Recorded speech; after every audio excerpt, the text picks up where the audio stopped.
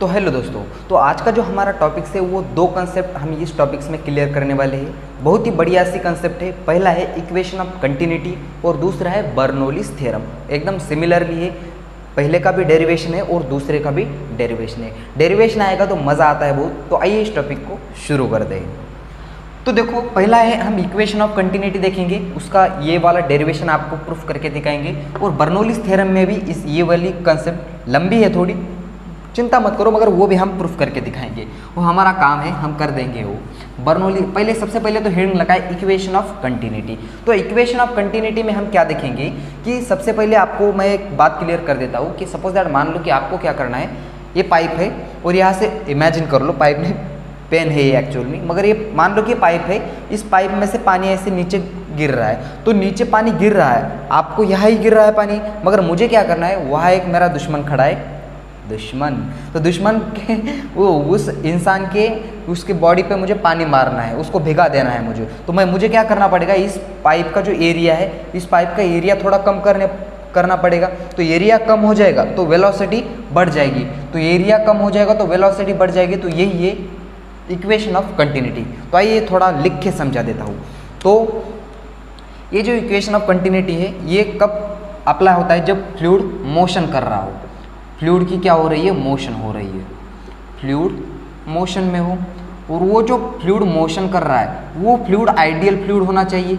आप बोलोगे अब ये आइडियल क्या है भैया, समझा देते हैं। आइडियल का मतलब होता है वो फ्लूइड इनकम्प्रेसिबल होना चाहिए, वो फ्लूइड इनकम्प्रेसिबल होना चाहिए, यानी कि वो फ्लूइड कॉम्प्रेस नहीं होना चाहिए।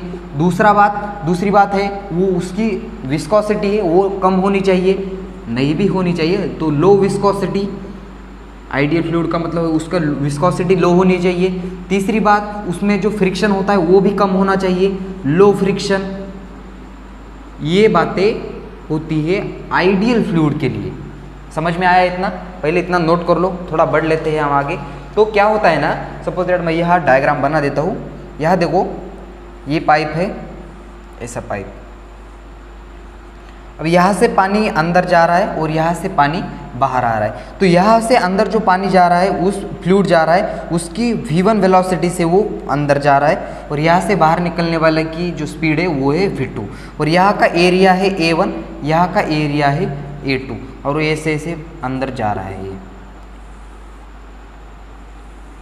अब यहाँ देखो, यहाँ इसका एरिया थोड़ा बड़ा है और यहाँ इसका एरिया थोड़ा कम है। इसका मतलब क्या हो जाएगा कि इसका एरिया जैसे हम कम कर देंगे तो स्पीड इसकी बढ़ जाएगी। मैंने पहले आपको एक एग्जांपल के थ्रू समझा दिया है। इसका मतलब ये हुआ कि एरिया इज इनवर्सली प्रोपोर्शनल है किसको, वेलोसिटी को। यानी कि एरिया कम कर देंगे तो वेलोसिटी बढ़ जाएंगी, या एरिया बढ़ा देंगे तो वेलोसिटी कम हो जाएगी। ये है इनवर्सली प्रोपोर्शनल एरिया और वॉल्यूम को। इसको हम ऐसे भी बोल सकते हैं, ये इस तरफ भेज दिया, एक कोई कांस्टेंट लगा दिया, a v is equal to constant. देखो ये हमको प्रूफ करना है, मैंने वह भी बता दिया है। अगर इन दोनों के लिए बात किया जाए तो ऐसा बोल सकते हैं हम A1 V1 is equal to A2 V2। ये भी सही है, इन तीनों में से कोई भी प्रूफ कर लो तो वो हो जाएगा इक्वेशन ऑफ कंटिन्यूटी। तो इसका देख लेते हैं भैया प्रूफ। ये अदालत प्रूफ मांगती है, हम ऐसे ही किसी चीज़ पे भरोसा नहीं करते। तो सबसे पहले लिखना हो तो इतना नोट कर लो, देख लेते इसका बढ़िया सा डेरिवेशन। मिटा दो इसको, एक बार चेक कर लूँ नीचे तक दिखाई दे रहा है या नहीं। बिल्कुल अच्छा है। हेडिंग लगाओ, प्रूफ देख लेते हैं हम इसका। प्रूफ मांगती है भैया ये अदालत।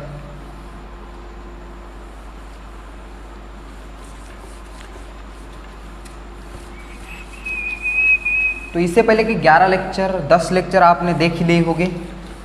10 लेक्चर 10, तो एक दिन में एक देखना है, इसका मतलब 10 दिन में कवर हो जाएगा। तो 10 दिन में एक टॉपिक्स कवर हो रहा है, तो इससे और अच्छी बात क्या हो सकती है। तो इसका हम क्या देख रहे हैं, प्रूफ। तो प्रूफ कैसे देखेंगे, सपोज दैट चलिए मान लेते हैं, मानने की बारी आ गई है। अब ये हमारे पास एक ऐसा पाइप है, ये क्या है, पाइप, ऐसे एक पाइप है, दिख रहा है अच्छा सा, क्यूट सा, मेरी तरह, नाराज मत होना, तुम्हारी तरह, ठीक है। तो यहाँ का एरिया कैसा है, ये A1 है, यहाँ का एरिया है A2। यहाँ से अंदर जो फ्लूइड जा रहा है उसकी वेलोसिटी है v1 और बाहर निकल रहा है जो फ्लूइड उसकी वेलोसिटी है v2 और यहाँ से अंदर से ऐसे फ्लूइड बह रहा है। क्या मंजूर है आपको? अब आपसे एक सवाल है कि यहाँ से डेल्टा टी टाइम में कितना फ्लूइड अंदर गया, इन टाइम डेल्टा टी में कितना वॉल्यूम अंदर गया, निकाल सकते हो?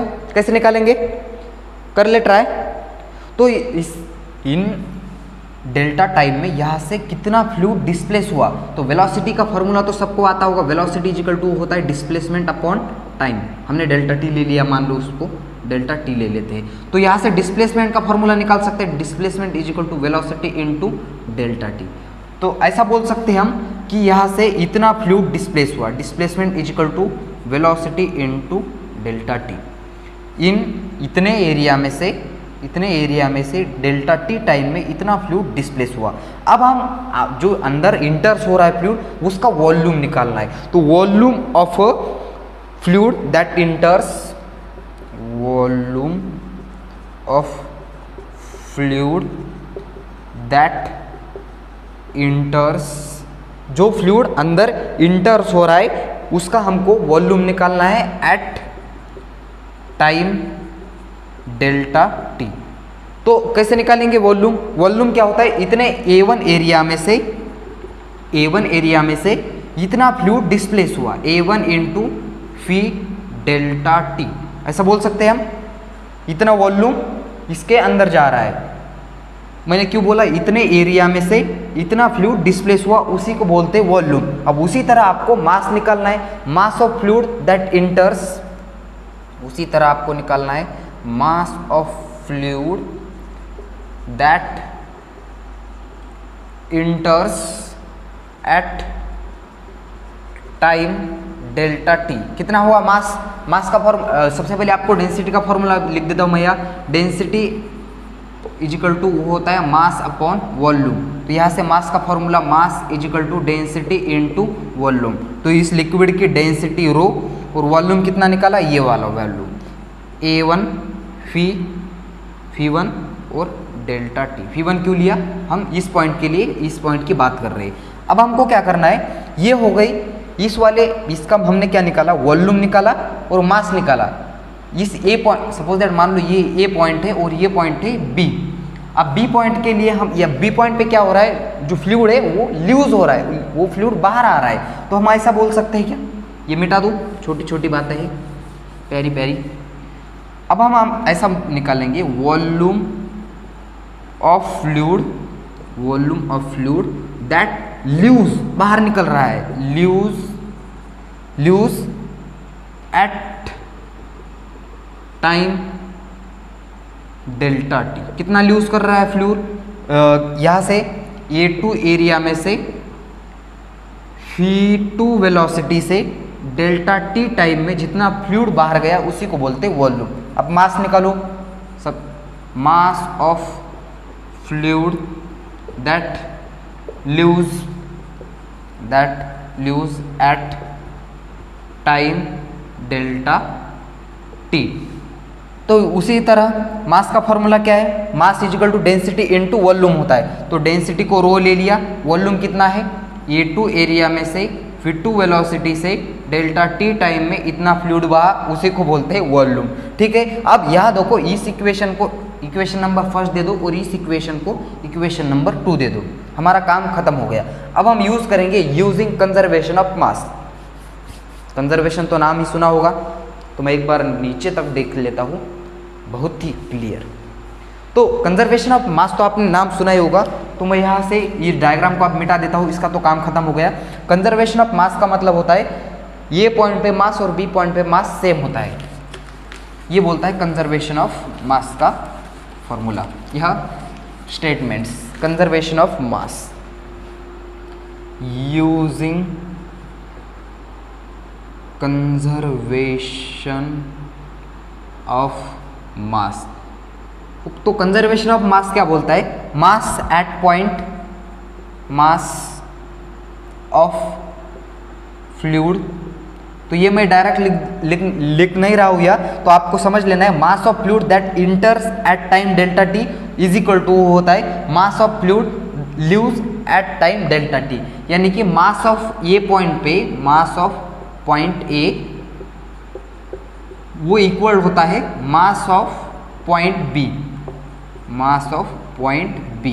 तो मास ऑफ पॉइंट ए क्या है, मास ऑफ पॉइंट ए इतना है rho into A1 into V1 into delta t is equal to mass of B point rho into A2 into V2 into delta T.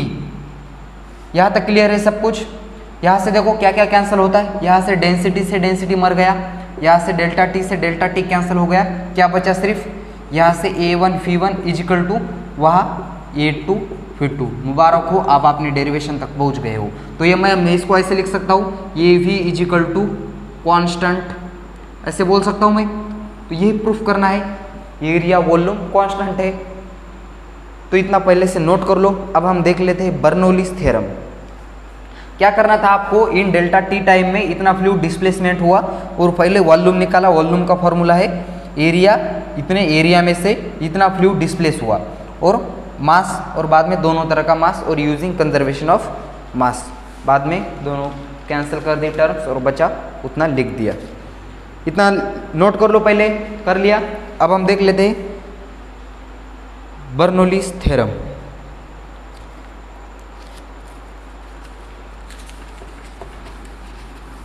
कैसा किया तूने, जैसे भी करेंगे हम करेंगे, मगर अब इसके आगे का तो बहुत ही बढ़िया है, बहुत ही हम आपको आसानी से समझा देंगे ट्रिक्स के मेथड से।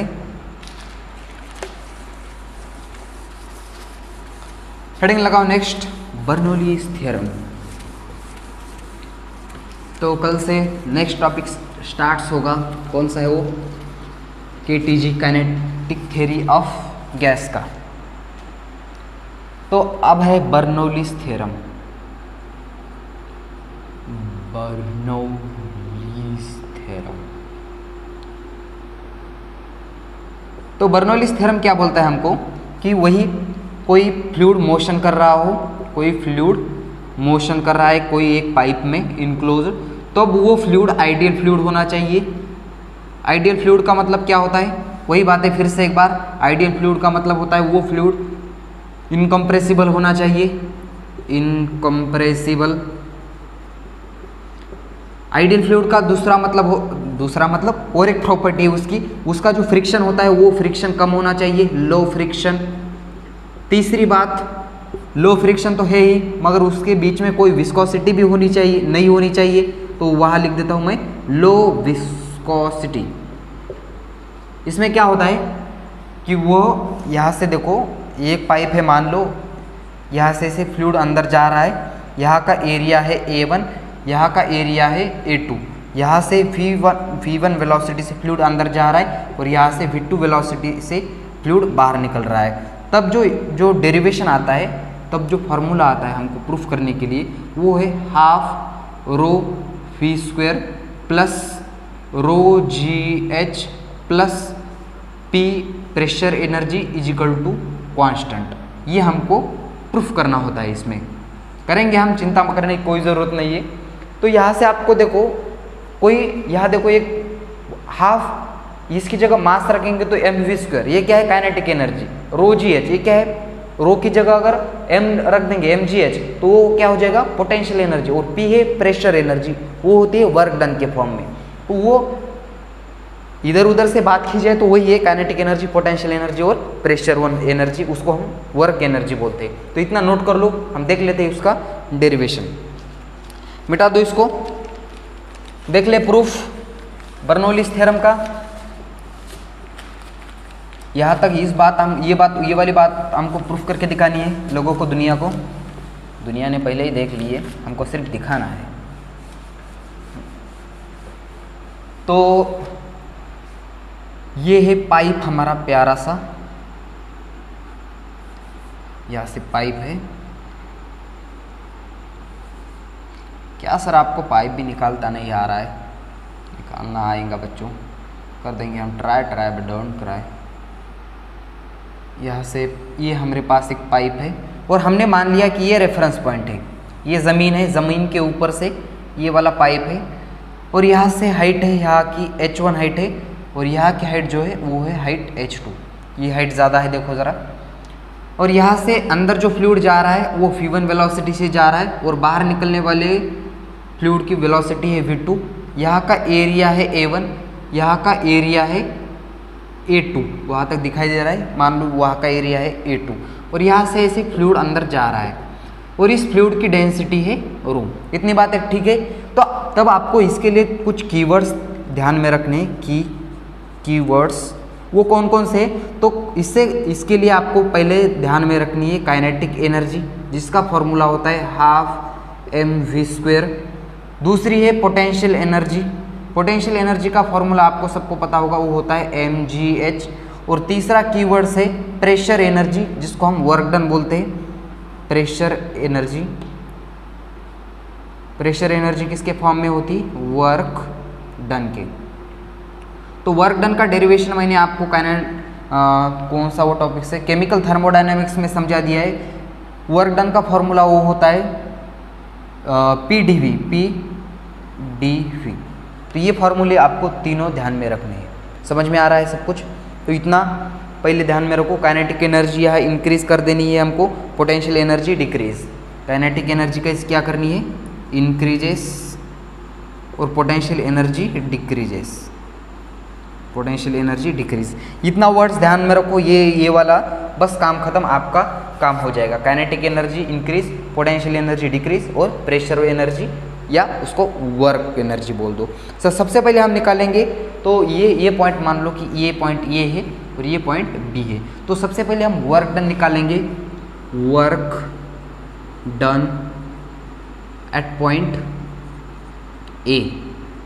तो वर्क डन का फॉर्मूला सबको पता है, वो होता है फोर्स इनटू डिस्प्लेसमेंट।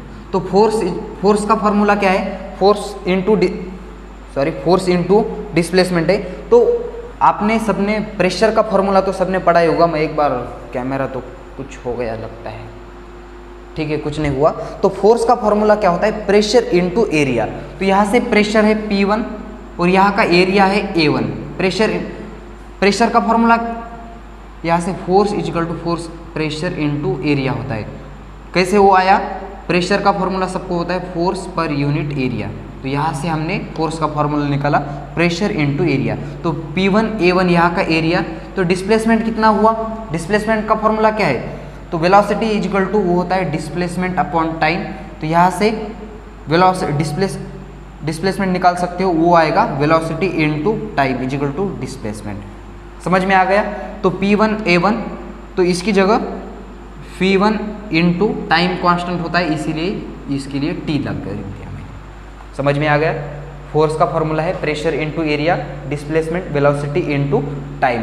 अब इन बातों को ज़रा गौर से देखो, इन तीनों बातों को, area volume into time, area velocity into आपने पहला जो लेक्चर देखा, आपने इससे पहले का जो हमने इक्वेशन ऑफ कंटिन्यूटी देखा, A1 एरिया में से V1 वेलोसिटी से डेल्टा T टाइम में इतना फ्लूइड बहा, हमने उसको बोला था, क्या बोला था, वॉल्यूम बोला था। रिवाइज कर लो एक बार, नोट्स कर लिया होगा तो पीछे जाओ, थोड़ा सा इसे थोड़ा घूम के पीछे जाओ। तो इसकी जगह मैं वॉल्यूम ले लेता हूँ, P1 इनटू वॉल्यूम। अब वॉल्यूम की जगह क्या ले सकता हूँ, वॉल्यूम का डेंसिटी का फॉर्मूला क्या होता है, density is equal to mass upon volume. तो यहाँ से वॉल्यूम कैसे निकालेंगे, volume is equal to mass upon density, ऐसे लिख सकता हूँ मैं, बिल्कुल लिख सकता हूँ। तो यहाँ P1 into mass upon density, ठीक है। तो ये आ गया work done at point a. उसी तरह हमको निकालना है work done at point B. तो इतना पहले नोट कर लो, मैं कहीं सा मिटा देता हूँ, यहाँ तो जगह तो कम पड़ रही है, कितने फ्लैट ले ले, मिटा दो इसको, मिटा देता हूँ यहाँ तक। अब आपको उसी तरह क्या करना है, वर्क डन निकालना है एट पॉइंट बी। तो वही भी सेम आएगा, क्या आ जाएगा, work done at point B, work done at point B. तो work done at point B पे क्या है, यहाँ से प्रेशर P2 और यहाँ से mass as it is constant और डेंसिटी भी कांस्टेंट। तो ये आ गया work done at point a और यह आ गया work done at point b. पहले इतना नोट कर लो। अब आपको निकालना है नेट वर्क डन।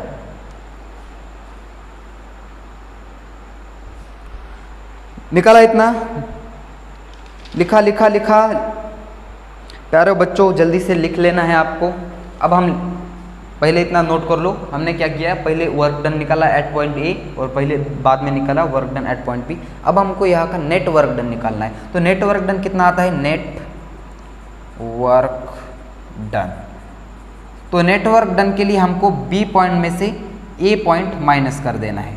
क्या करना है, बी में से ए माइनस कर देना है। तो बी पे क्या था, P2 mass divided by density rho minus A point पे वर्क डन P1 मास या नीचे डेंसिटी। इसे इक्वेशन नंबर फर्स्ट देना है। अब हमको निकालनी है काइनेटिक एनर्जी का चेंज, काइनेटिक एनर्जी का चेंज निकालना है। तो पहले इतना नोट कर लो। कर लिया मिटा दूं। इसे इक्वेशन नंबर फर्स्ट दे दो। पहले आपको ऐसे स्टार्टिंग में से एक साइड से लिख देना है, लिखना स्टार्ट करना है, कॉपी और पेन निकाल के ऐसे आलस देखे नहीं बैठना है। तो सबसे पहले हम तो अब निकालेंगे काइनेटिक एनर्जी का चेंज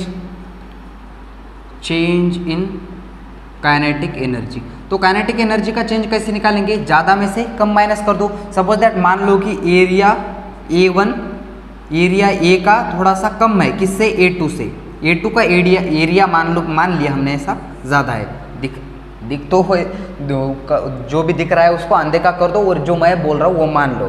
क्यों सर हमारे से कैसे मान ले, चलो मान लो कि एरिया थोड़ा सा, ये यहाँ का एरिया कम है और यहाँ का एरिया ज़्यादा है, ऐसा मान लिया हमने। तो एरिया, तो काइनेटिक एनर्जी किस चीज़ पे डिपेंड्स होती है, काइनेटिक एनर्जी का फॉर्मूला क्या है, हाफ mv²। मास तो सब जगह कांस्टेंट है, वेलोसिटी डिफरेंस है। तो वेलोसिटी कहाँ डिफरेंस है, तो यहाँ देखो इसका एरिया यहाँ कम है, यहाँ एरिया कम है, इसका मतलब यहाँ वेलोसिटी ज़्यादा होगी। तो ज़्यादा में से कम माइनस कर दो, ज़्यादा में से कम, ज़्यादा फर्स्ट पे है तो वहाँ से माइनस कर दो कम, हाफ m2 का स्क्वायर। यहाँ वेलोसिटी कम होगी और यहाँ वेलोसिटी ज़्यादा होगी, हमने ऐसा मान लिया है। अब हमको निकालना है चेंज इन पोटेंशियल एनर्जी। तो चेंज इन पोटेंशियल एनर्जी फिर से एक बार ज़्यादा में से कम माइनस कर दो। पोटेंशियल एनर्जी की किस चीज़ पे डिपेंड्स होती है, mgh, हाइट पे पोटेंशियल एनर्जी ज़्यादा होती है, यानी कि जितनी ज़्यादा हाइट होगी वहाँ पोटेंशियल एनर्जी ज़्यादा होगी। तो यहाँ पोटेंशियल एनर्जी ज़्यादा है, यहाँ हाइट ज़्यादा है, इसका मतलब यहाँ पोटेंशियल एनर्जी ज़्यादा है। तो यहाँ से mg तो कांस्टेंट है, मास भी कांस्टेंट है, H2 माइनस, और यहाँ पोटेंशियल हाइट कम है, इसका मतलब पोटेंशियल एनर्जी भी वहाँ कम है। तो यहाँ mgh1। इसे इक्वेशन नंबर 2 दो, इसे इक्वेशन नंबर 3 दो। ठीक है, यहाँ तक मंजूर है। अब आपको मैंने कुछ कीवर्ड्स ध्यान में रखने को कहा था। पहली काइनेटिक एनर्जी, दूसरी पोटेंशियल एनर्जी और तीसरी प्रेशर एनर्जी। तो मैंने पहले भी बोल दिया है कि kinetic energy increase, potential energy decrease. तो काइनेटिक एनर्जी इंक्रीज होने पे पोटेंशियल एनर्जी डिक्रीज हो गई और उसको बैलेंस करने, ये पोटेंशियल एनर्जी डिक्रीज हो गई और इसको बैलेंस करने के लिए आ गया प्रेशर एनर्जी, या इसको हम प्रेशर एनर्जी बोलने की जगह आप क्या बोल दो, नेट वर्क डन बोल दो, या इसकी जगह क्या बोल दो, नेट वर्क डन। बस काम खत्म। आपको ये तीनों इक्वेशन इस कंडीशन में पुट कर देनी है। काइनेटिक एनर्जी का चेंज, पोटेंशियल एनर्जी का और नेटवर्क डन का आपका इक्वेशन ये प्रूफ हो जाएगा। कैसे प्रूफ हो जाएगा, हम तो नहीं मानते भैया, कैसे मानोगे, आपकी पढ़ाई थोड़ी कच्ची है ना। ये क्या बोल दिया यार, ये डायग्राम मिटा दूँ, अब तो बहुत दिन हो चुके हैं इसको रखते हुए, देख के याद हो गई होगी। काइनेटिक एनर्जी इंक्रीज, चेंज उसका बाहर रख दो, half mv² first minus half mv²2 is equal to potential energy का डिक्रीज, ये वाला mgh2 माइनस mgh1 बाद में plus net work done. Net work done कितना है P2m divided by rho minus P1m divided by rho. ठीक है, अब क्या करना है आपको 1 1 वाले टर्म्स इस साइड ले लो और 2 2 वाले टर्म्स इस साइड ले लो, काम खत्म। प्रूफ होने जा रहा है आपका डेरिवेशन एक प्यारा सा हाफ m1 का स्क्वायर, यहाँ 1 क्या है ये वाला माइनस, माइनस का इस साइड में आ गया तो प्लस हो गया mgh1, फिर से एक बार ये 1 वाली टर्म इस साइड ले लिया प्लस हो गई वो भी P1m यहाँ रो इज इक्वल टू, यहाँ से ये 2 वाली टर्म इस साइड चली गई हाफ m2 का स्क्वायर m वेलोसिटी का स्क्वायर, बाद में ये प्लस वाली mgh2 प्लस में ये P2 mass divided by rho. ठीक है यहाँ तक। अब देखो ये भी दोनों तरफ एकदम सेम है, तो ये दोनों तरफ सेम है, मैं तो इसको सारे की उसके नंबर्स हटा के उसको एक ही बार कांस्टेंट लिख सकता हूँ, बिल्कुल लिख सकता हूँ। उसकी जगह मैंने लिखा हाफ m v का square plus mgh plus P1m divided by rho is equal to constant, ऐसे लिख सकता हूँ। ये मेरा जन्म सिद्ध अधिकार है, मैं ऐसा कर सकता हूँ। ये किसने बोला था, मैंने तो नहीं बोला था। अब क्या करना है, इस इक्वेशन को आपको सबको मास डिवाइडेड बाय डेंसिटी से डिवाइडेड कर देना है। मैं तो कर देता हूँ सबको मास डिवाइडेड बाय डेंसिटी, यहाँ भी मास डिवाइडेड बाय डेंसिटी, यहाँ भी मास डिवाइडेड बाय डेंसिटी। तो यहाँ से mass divided by density, mass divided by density cancel हो गया, यहाँ से मास बेचारा मर गया, यहाँ से भी मास से मास मर गया। क्या बचा, सिर्फ देखो कहाँ लिख दूँ बचा हुआ, यहाँ लिख दूँ बचा हुआ किसको बचा हुआ यार, हाफ यहाँ से डेंसिटी ऊपर गई, डेंसिटी इनटू वेलोसिटी का स्क्वायर प्लस फिर से एक बार डेंसिटी ऊपर गई, डेंसिटी GH प्लस, ये तो दोनों कैंसिल हो गई। अब इस प्रेशर को मैंने एक ही बार ले लिया था, ये प्रेशर भी constant is equal to constant constant constant. Congratulation, देखो इस इक्वेशन को दोनों हाफ, ये क्या मैजिक हो गया यार, ये तो प्रूफ हो गया। देखो इन दोनों को कंपेयर कर दो। तो इस तरह हमने इस टॉपिक्स को यहाँ देते फुल स्टॉप। ये हो गए बर्नौलीज थ्योरम और इक्वेशन ऑफ कंटिन्यूटी का डेरिवेशन। तो आई होप ये बहुत ही क्लियर कंसेप्ट आप क्रिस्टल क्लियर हो गई होगी। नहीं भी क्लियर हो गई तो इस वीडियो को एक बार 4-5 बार देख लो। हम तो एक ही बार नहीं देखेंगे सर, क्या कर लेंगे। ठीक है, आपकी जैसी मर्जी। कल से स्टार्ट होगा काइनेटिक थ्योरी ऑफ गैस। तब तक के लिए पढ़ाई करते रहे और वेरी ऑल द बेस्ट।